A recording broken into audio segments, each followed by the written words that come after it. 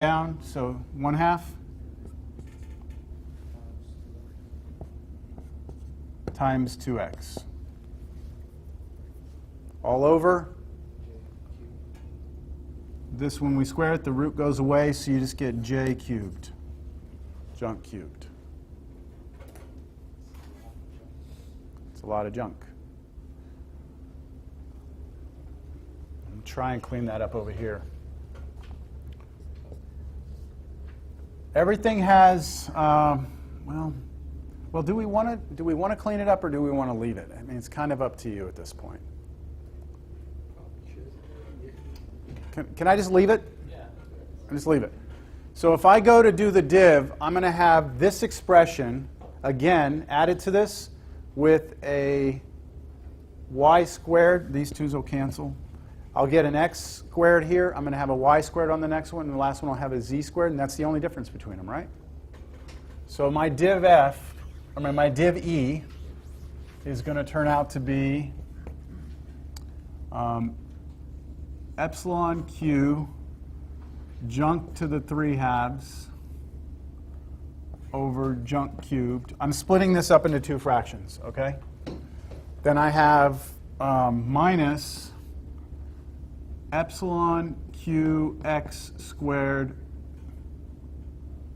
junk to the 1/2 over junk cubed. You all seeing what I'm doing here? 3 epsilon. And then repeat that, right, 2 more times. So plus epsilon q junk to the 3/2 over junk cubed minus epsilon q 3 epsilon q y squared junk to the 1/2 over junk cubed. One more time. Epsilon q junk to the 3/2 over junk cubed minus 3 epsilon q z squared junk to the 1/2 over junk cubed.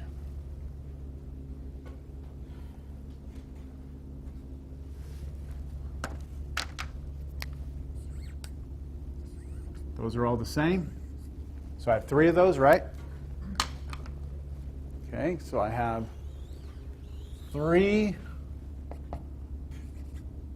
epsilon q junk to the 3/2 over junk cubed minus, now these all have a minus, right? All have a minus, so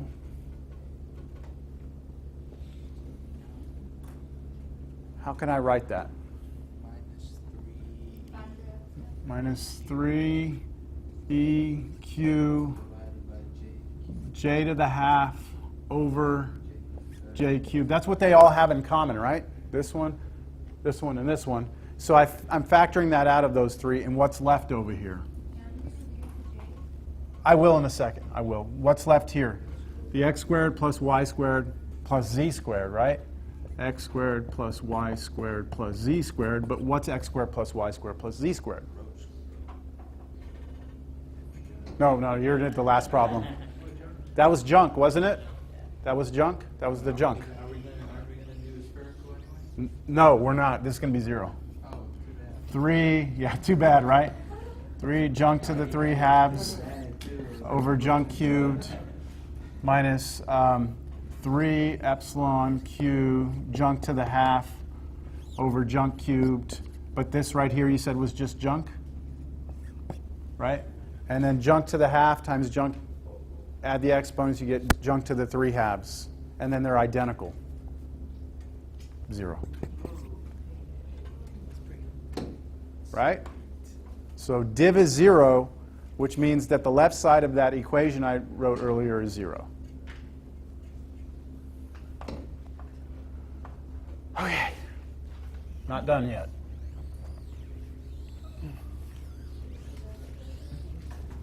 Therefore,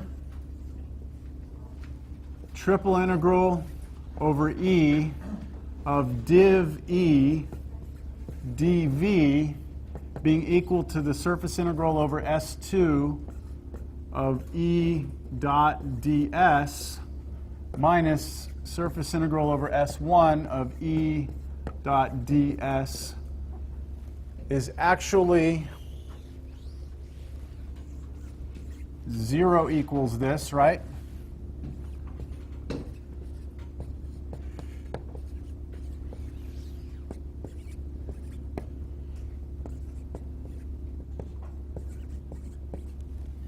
Which means that they're equal. Are we done? What do I have to do?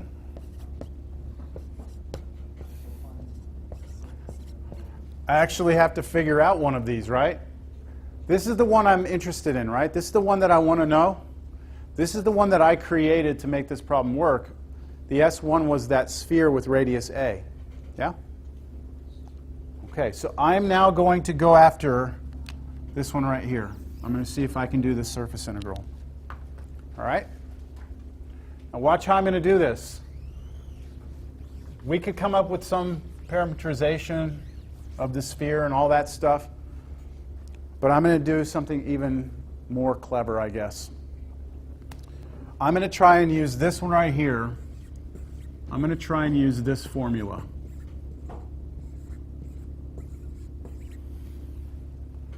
Because I think I know something about the normal vectors on a sphere. If you give me a sphere, and here's the origin, if you pick any point out there, of course that point has the coordinates x, y, z, but the vector that goes there from the origin to that point is parallel to the normal vector at that point, isn't it? It points in the same direction. It just doesn't have a unit length. Right? So if I wanted to come up with the normal vector, which would be sticking out of here like that with unit length, I would take this vector and divide it by its own length, right? Right? That's what I would do. All right, so I'm going to write this up here. This is equal to this. What is E? We wrote that. We had that down a second ago. By the way, this is D. Sorry. In the formula, because I went from S, right? Since I did the normal in there, this becomes D. D is the domain of the parameters that draw S. What was E? Epsilon Q over magnitude of x cubed times the vector x, right? That was E. I want to dot that with this right here, right?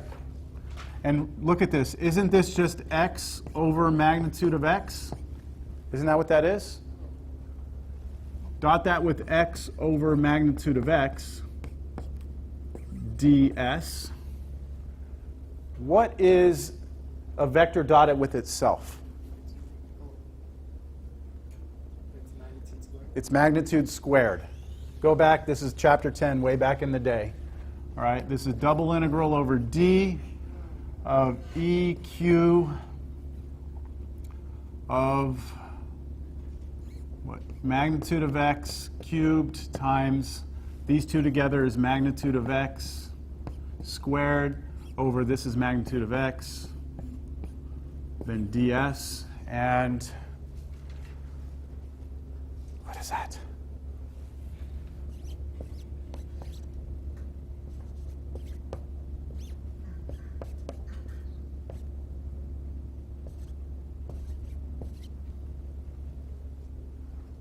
Because there's 4 of them down here, 2 of them up there, cancel out, get this? All right. All of this said, what can you tell me about the magnitude of any vector on this sphere? Close. Not 1. I chose the sphere. It's A, right? Isn't the magnitude of, if I, remember how we chose this guy? S1? Well, I erased S1 a long time ago, but, right? This was a sphere of radius A. So if I take any point on that sphere, it has a distance of magnitude of a. So I can replace this down here with a squared. So here's where I am now. This is equal to double integral over d of EQ over a squared ds. And if you recognize now, let me check something here. No, we're good. I mean, we're good. Isn't everything here constant?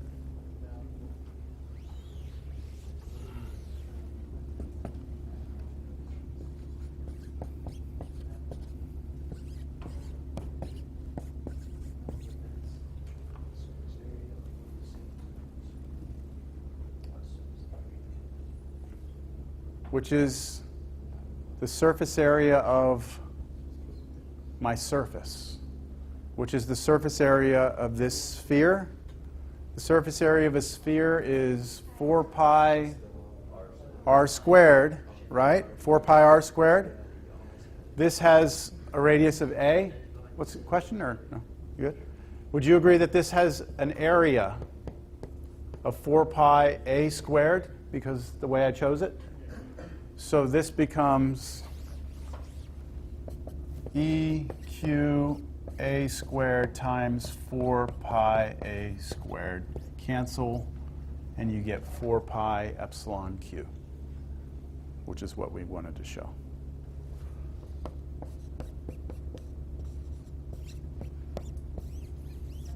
Check. Yes.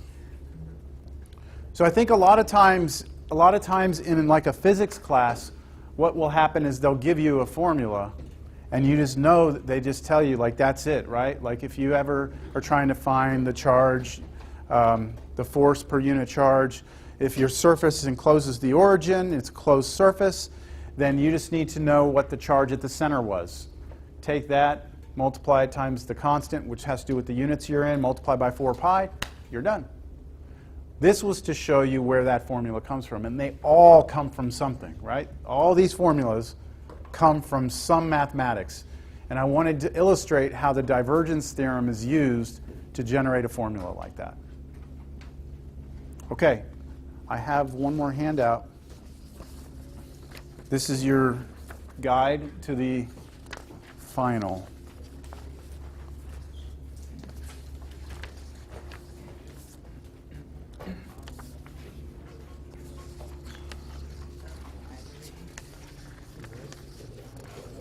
Even if you have one, just pass these around. All right, so can we talk about this? I have 5 minutes. That took me a lot longer than I thought it was going to take me. I'm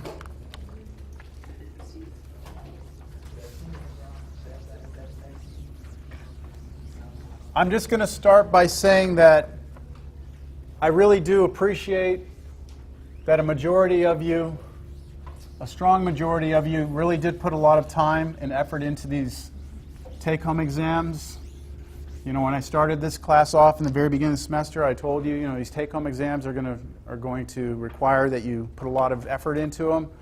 So I do appreciate all the time that you put into it. I hope that you learned a little bit about yourself and your abilities, and just that it was a good experience. I know that they could be a little painful there, but I hope that it turns you into a better student, or it helped do that.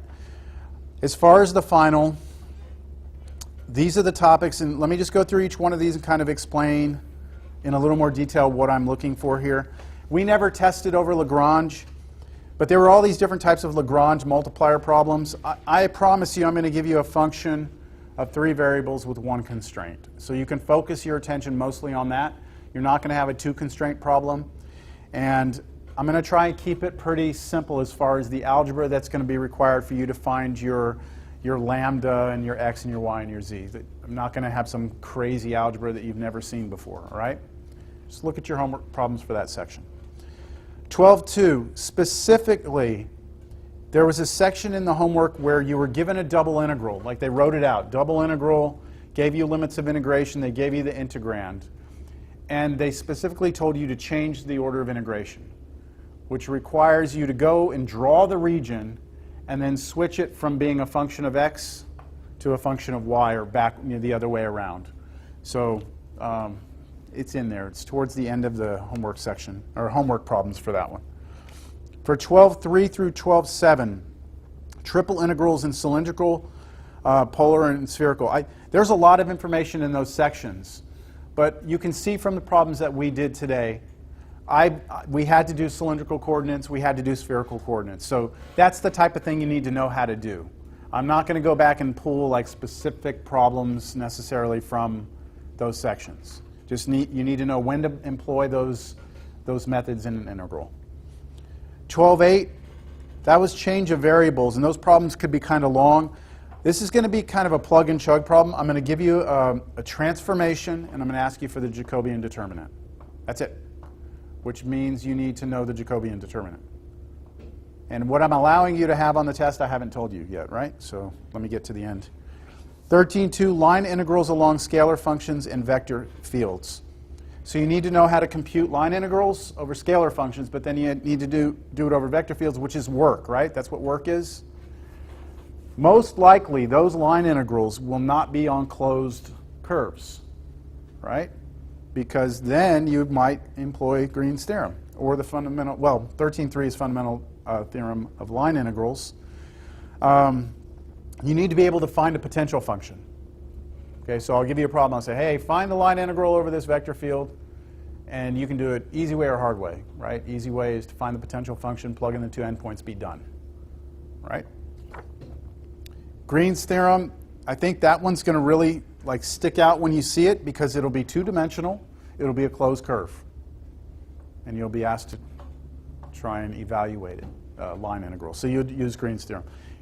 Green's theorem is in your packet of formulas, isn't it? That big packet of things that I handed you, I'm going to let you have that on the test. Okay, 13.7, surface integrals. There's a lot in this section. If I give you a picture of the surface, you need to be able to find parametric representations of the surfaces. Very similar to the handout that I gave you. Remember that handout? Okay. You need to be able to find the surface area. So I give you a surface, a scalar function, and you find its surface area. Or even if I give you the vector function. You need to be able to do flux. The last two, Stokes' theorem and Divergence Theorem. Stokes's, you'll kind of know when to use that because you're going to have a surface. You're going to be trying to do a surface integral, and there will be a curve going around it, or the other way around. There will be a curve going around a surface, and you decide which way you want to go with that. So that's the most recent information, right? That was the homework from last time, which hopefully you did, but I mean, no one had seen me do the cube problem yet, so. Divergence theorem, 13.9, that's today's stuff. So, what do y'all think? Y'all worried about it? How do you feel? A little bit? Yes? Can we still make our own review sheet? Yeah, this is what I'm going to let you do. I'm going to let you use one 8.5 by 11 sheet of paper, both sides. You may write steps, procedures, formulas, reminders, hieroglyphic shit that I don't understand, but you understand. I don't care what it is. You just cannot have any worked out problems. So if you're kind of like, well, I don't know if he'll let me have this, then don't put it on there. Because what I'll do is I'll walk around, and if there's something on there that gives you an unfair advantage over someone else, then I'll just take the whole thing away, and then you won't have it at all.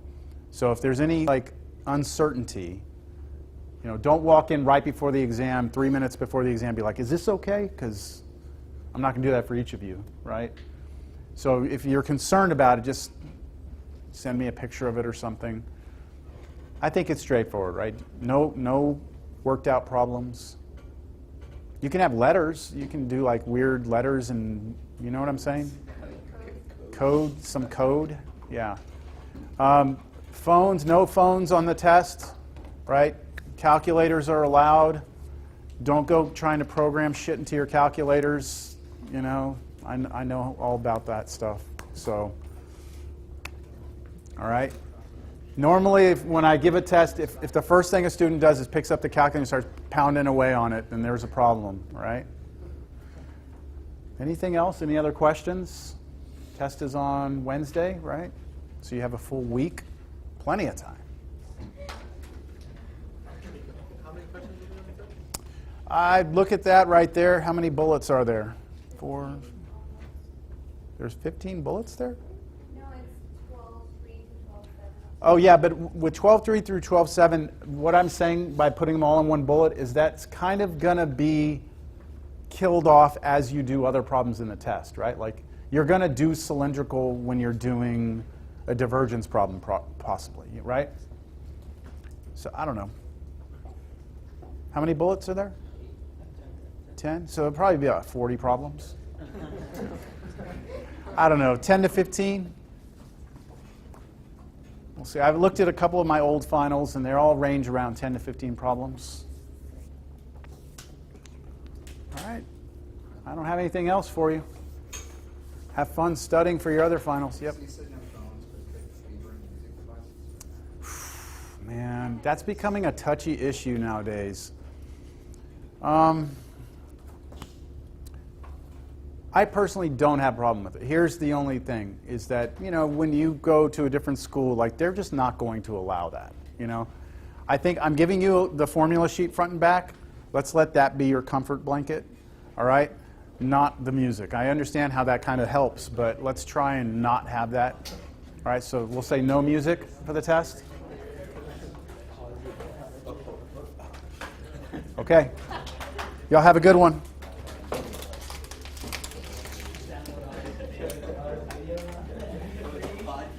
Yeah? Do that, just run a big loop of the whole semester of my audio. Hey, yo, you're giving me ideas.